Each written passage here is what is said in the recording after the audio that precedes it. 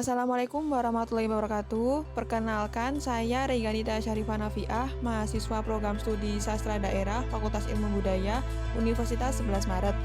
Kali ini saya akan membahas mengenai industri sentra pembuatan gamelan yang berkembang di daerah tempat saya tinggal. Pembuatan video ini untuk memenuhi tugas akhir semester mata kuliah Kebudayaan Jawa yang diampu oleh Ibu Siti Muslifa. Untuk kelanjutannya, simak terus ya video ini. Desa Wisata Wirun menjadi salah satu desa wisata yang paling dikenal di Kabupaten Sukoharjo karena banyaknya potensi wisata yang dimiliki di kawasan tersebut. Desa yang berada di Kecamatan Mojolaban ini memiliki akses yang sangat mudah dijangkau dari kota Solo dan Karanganyar. Desa Wirun sering dikunjungi oleh wisatawan lokal hingga mancanegara. Kerajinan gamelan di Desa Wirun ini sudah berdiri sejak tahun 1956, di mana perintis pertamanya ialah Pak Reso Wiguno. Dorongan akan kebutuhan ekonomi menjadi latar belakang home industri tersebut. Pasalnya, Mojolaban bukanlah sebuah wilayah dengan hasil pertanian yang berlimpah. Saat ini saya berkesempatan untuk mengunjungi salah satu produsen gamelan di Desa Wirun yang bernama Laras Jawa Aji. Usaha ini dirintis oleh Pak Budiono. Dalam pembuatan gamelan ini, Pak Budiono tidak sendirian, melainkan dibantu oleh beberapa rekannya. Sebelumnya, mohon maaf teman-teman, saya tidak dapat melakukan wawancara bersama Pak Budiono dikarenakan beliau sedang ada keperluan lain, sehingga saya hanya dapat merekam video pembuatan gamelan saja.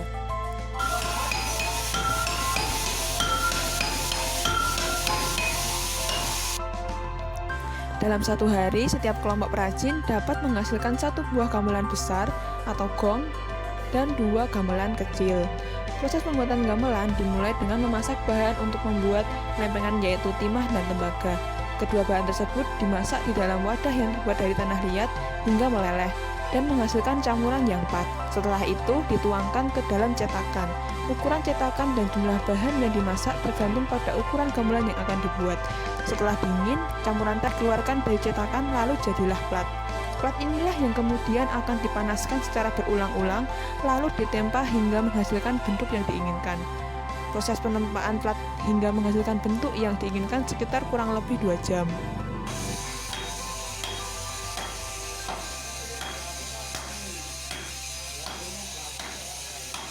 Satu set gamelan berjumlah sekitar 26 item dapat dibuat dalam 3 hingga 4 bulan.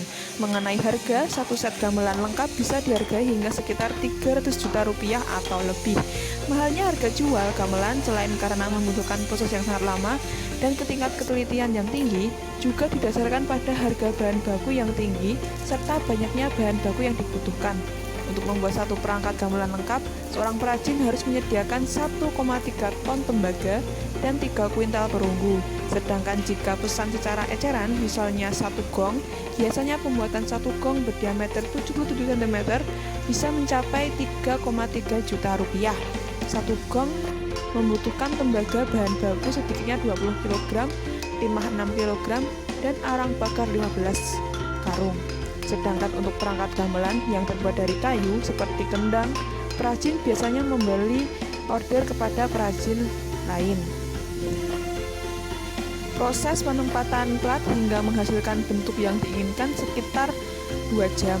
Proses ini melibatkan sekitar 7 hingga 9 pekerja. Proses selanjutnya adalah pengaturan nada gamelan. Nada gamelan diatur sesuai dengan standar bunyi yang sudah ada. Pengaturan nada ini biasanya masih berdasarkan insting walaupun sudah ditemukan teknologi yang memudahkan prosesnya. Disinilah proses yang tidak sembarang orang dapat melakukannya. Gamelan yang sudah jadi biasa dipasarkan di daerah Jawa, Kalimantan, Bali, dan yang paling banyak memesan adalah negara tetangga. Di negara tetangga, gamelan sangat diperhatikan dan menjadi pelajaran pokok anak didik negara tersebut, dari sekolah dasar hingga perguruan tinggi. Dan ada pula perlombaan gamelan antar sekolah dan kelompok seni.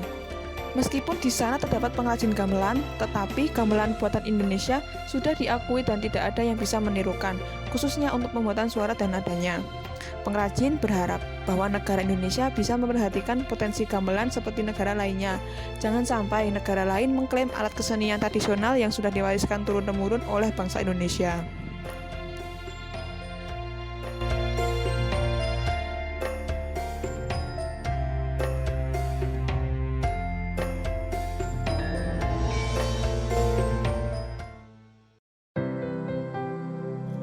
Tidak hanya membahas proses pembuatan gamelan saja, saya juga akan menjelaskan mengenai filosofi instrumen yang terdapat pada gamelan.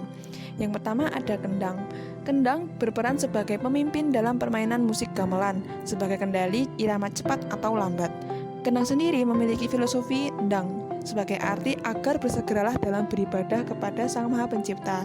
Selain itu, arti lainnya adalah manusia harus segera melaksanakan aktivitas sesudah bangun pagi. Dengan begitu rezeki akan datang padanya. Yang kedua ada bonang. Bonang memiliki bunyi nang saat dimainkan. Bunyi tersebut diartikan sebagai setelah manusia lahir, manusia harus bisa berpikir dengan hati jernih, sehingga keputusan diambil penuh kesadaran. Yang ketiga ada saron. Berasal dari bahasa Jawa sero yang artinya keras.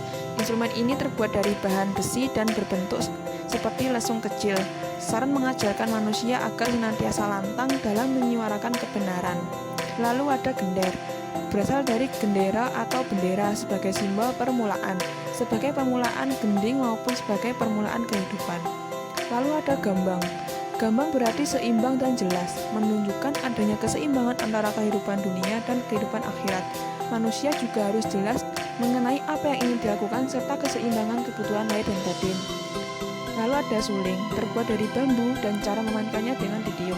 Suling diartikan sebagai eling, yakni ingat, agar manusia selalu ingat akan kewajibannya.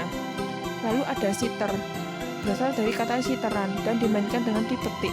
Makna filosofinya adalah manusia harus mampu mengantarkan atau membimbing orang lain pada suatu tujuan baik.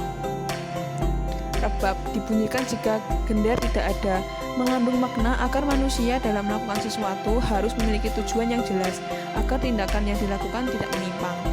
Lalu ada ketuk, mengeluarkan bunyi tuk jika ditabuh, diartikan sebagai mantuk, yaitu setuju. Maksud dari makna tersebut adalah manusia haruslah setuju dengan semua perintah dan larangan Sang Pencipta. Lalu ada kempul. Dalam bahasa Jawa diartikan sebagai kumpul, yakni ajakan untuk berjamaah dalam beribadah, berkumpul dengan manusia lain dan tidak boleh egois menjadi manusia. Yang terakhir ada gong. Gong memiliki bentuk besar dan menimbulkan suara gong, bermakna agar manusia selalu mengakhiri hidupnya dengan sempurna. Nah, instrumen gamelan ini memiliki filosofi yang luar biasa mengenai kehidupan manusia. Gamelan juga sangat menarik untuk dipelajari. Dulunya tidak suka, mungkin setelah coba akan menjadi suka.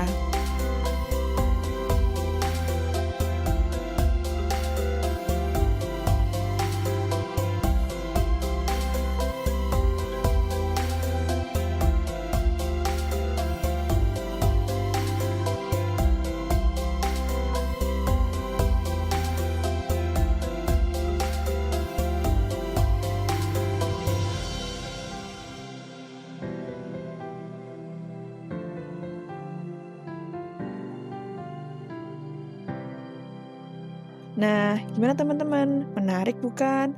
Kalau ingin berkunjung ke sini, bisa banget loh, karena di sini semua gratis. Hehehe. Saya tunggu kedatangan kalian di sini ya. Cukup sekian video yang dapat saya persembahkan. Kurang lebihnya saya mohon maaf. Terima kasih sudah menyaksikan video ini hingga selesai. Serta saya berterima kasih kepada teman-teman saya yang sudah berkontribusi membantu saya dalam membuat video ini.